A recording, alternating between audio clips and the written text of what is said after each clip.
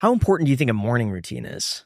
You've got quite the early morning routine, right? You're up at 4 or 5 a.m.? No, I got up this morning at 5. I went down to the gym. I listened to 3 or 4 European feeds while I was working out, did some aerobics, did some weights. It's a constant routine. You need that just to clear your mind, but you're also, garnering a lot of data. And so I was on the road at 7 o'clock. I gave a keynote today here in Miami to entrepreneurs, a room of 3,000 entrepreneurs. I really enjoyed that. And here we are now sitting talking about the same topic. So, that routine is important, particularly around mental wellness and physical wellness. And I don't smoke. I don't take drugs. I drink wine. I like that. That's my one curse. It's bad for sleeping. I wear an Oura ring. And I've done something else, which is a little unusual, but I learned it from a bunch of guys I'm involved in longevity.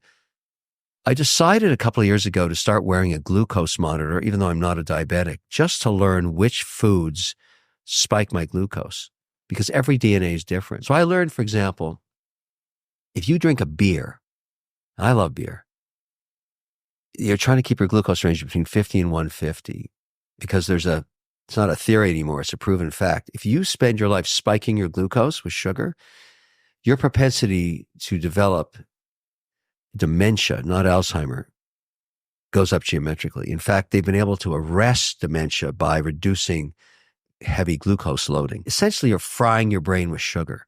So if you understand that, you start saying, well, let's see what foods do that. Well, for me, it's beer. I go from, 88 to 280 after half a bottle of beer. Well, that's really dumb. Don't do that to yourself. Or if you eat like a lot of watermelon, boom, through the roof, a lot of grapes. You end up finding foods that you're much stabler with in terms of this mandate to maintain the range. But what happens is you lose a ton of weight. You're not even hungry and you're just losing a ton of weight. And I lost 30 pounds and my energy level went up, my blood pressure went down. And that's the kind of thing that is just maintenance in a routine. So I cycle every day, I work out, I really watch what I eat. And my only sin is I love my wine. Yeah. How do you look the same age? Like, I feel like forever. Like ever since I first found out about you, I don't even know how long ago it was, but you look exactly the same. It's, I think that I was having this debate. I was in Washington, D.C. 2 nights ago at a fundraiser, and I got that same question. My mother was she was Lebanese, and my father was Irish. If you look at Mediterranean people and their diets, you look at blue zones, they're all over the Mediterranean. Look at, these islands off the coast of Greece or where I lived in Cyprus. People walk 40, 50,000 steps a day. They eat 2 meals a day of salad and fish and olive oil and olives, and they don't eat any sugar in their bread. And I don't know that's the secret, but remember, I grew up that way. That's all I knew living in Nicosia, Cyprus, eating Lebanese food cooked by Lebanese women. That, I didn't appreciate it back then, but that diet's crazy healthy. Like you don't eat any shit. That's just not part of their culture. And so the same with the Italians. If you go to Europe and see, it's so much about what you put in your body every day. Now, look, if you want to take drugs, you want to smoke, you want to do all that crap, well, you're going to look like shit. That's what's going to happen. So if you want to age out gracefully, think about what you put in your body and how you treat yourself. And the other thing, sleep. Get some sleep. I wear an Oura ring. I try for 7 hours and 11 minutes of sleep. And I've learned one thing, and I'll tell you right now. You got to stop drinking 3 hours before you go to bed. You just kill your REM. You kill your REM. You kill your sleep. Like I don't achieve that every day, but I'm telling you, I try not to drink during the week so that I have these great nights of sleep. And I think that just helps you for longevity. Good food for thought for everybody. And all of this technology is so inexpensive now. Oura rings this technology would have cost you $100,000 10 years ago. They were a sponsor of our channel. I love the Oura ring. It's fantastic. Yeah. And the firmware updates are great. I wear it all the time and I'm always checking my sleep, and I snooze in limos everywhere. When I'm going between gigs, I zone out, get 10, 15, 20 minutes of sleep. Yeah.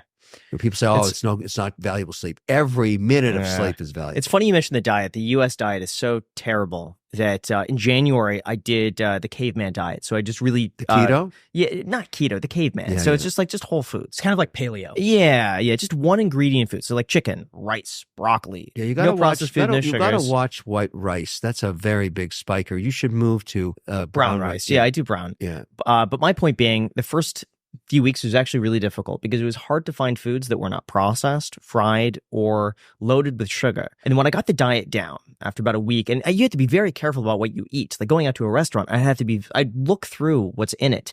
I'm thinking, I can't eat that. I can't eat that. I can't eat that. In the first few months, though, I lost 10 pounds. Yeah. And it's just body fat. And it's you all feel at once. great, right? You get energy goes up. Totally. It was just that. What we screwed ourselves with in America that I've realized in the last 5 years is we put too much sugar in our bread. We dose our bread with cane sugar, which is insane because it's the worst thing you can eat. Europe, they do sourdough breads with no sugar. So when you eat a piece of bread here, you spike your glucose through the roof. Plain white bread is, in my view, it's my personal opinion, is poison. I wouldn't touch that shit. It's poison. I have to go out of my way here to find bakeries in Miami that make sourdough bread with no sugar. I don't want any sugar. I don't want any cane sugar. A lot of problems with cane sugar. There's too much of it. And slowly you'll see that the adoption of that kind of practice gets you in a much healthier place and reduces weight. But when you're in a restaurant, you're eating a loaf of bread or, and eating it before your meal comes, you're eating just cane sugar. It's garbage. If you had to pick a number, how much would you pay to go back 20 years? This episode is in partnership with Airbnb. So Graham and I just wrapped up a trip. We were in Austin for a few days. We filmed episodes with Togi, Chris Camillo, and Caleb Hammer. And honestly, every time we're on the road, we're staying at homes on Airbnb. It's just become the default. And here's the thing most people don't think about. When you're the one traveling, your place back home is just sitting there empty. And that's a real missed opportunity. Whether you're gone for a long weekend or a few weeks, you can list your space on Airbnb and let it work for you while you're away. If you've ever thought about hosting, but weren't sure how to manage everything from the road, Airbnb now has the co-host network. You can connect with a vetted local co-host who has real hosting experience and can take care of the day-to-day for you. A co-host can manage reservations, handle guest communication, and even provide on-site support so you don't have to think about it while you're traveling. So instead of your home sitting empty, you could be generating some extra cash, whether that helps you cover the next trip, your flights, or just goes towards something that you've been putting off at home. I actually listed a spare room in my house on Airbnb, and I was genuinely so surprised how easy it was to set up, how seamless the entire process was, and it actually made me some pretty good money. I would actually recommend this to anyone out there that wants to make a little extra cash on the side. It's honestly phenomenal. If you're thinking about hosting but want some help getting started, find a co-host at airbnb.com/host. If you had to pick a number, how much would you pay to go back 20 years? Oh, that's a great question. I would like to do that because I would have treated myself so much differently if I could have done that. The way my lifestyle back then, at the peak of being an operator, I was killing myself. I was just killing myself. I was working 21 hours a day, flying all over the world, not eating well. I weighed almost 40 pounds heavier. I wasn't sleeping at all. And I think to myself now, why was I doing that to myself? What did that cost me? Like, it can't have been free. And so if I could somehow, there would be value. How much it would be, I don't know, because I don't want to change anything in my life. I'm pretty happy with what I got right now. But my advice to anybody in their 20s is think about what you're doing to yourself every day. If you kind of get hip to this, you'll live to 120 years old, and it'll be a really high quality life. If you really think about exercise and diet and smoking, what are you, an idiot? I mean, I used to smoke, but that you have to be a complete moron to do that. That you have to be beyond moronic. You have to want to die in a horrible way. That is the worst thing you can do to your body. It's insane to inhale tobacco smoke. It's fucking crazy. But 20-30% of the population does it. Nuts. You got to talk to Ben Malla. You got to get him to quit.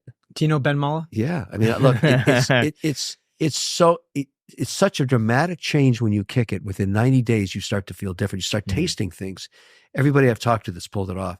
You got to take anything you can to stop yourself from smoking. How much would you pay, though, to go back 20 years? Now, let's just say everything is the same. It's just you today, right here, right now. Nothing has changed, but you're 20 years younger. Yeah, it's priceless.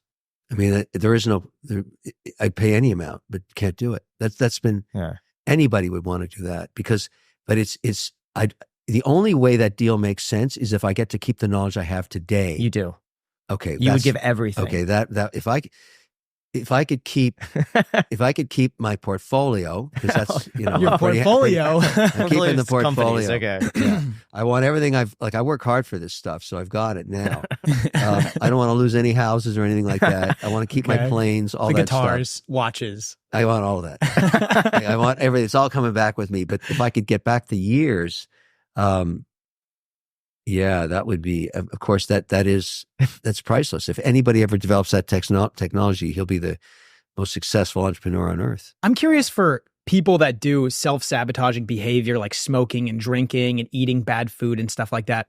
Do you think that they're just kind of born into that and they just, for some reason, have like a biological predisposition to not really think about things critically and how things may impact them in the future? Or do you think that's because they've just grown up accustomed to eating really poor foods, which then infects their brain into that self-sabotaging? I think the food thing is because they were brought up on a very high glucose diet, a high sugar diet, a high, because if you think about people in Europe, you look at France or Italy or the Middle East, they don't have that propensity to overeat because they were never, and even alcoholism in places like France where they introduce wine into children's diets at the age of 11. Many Europeans don't even drink at night.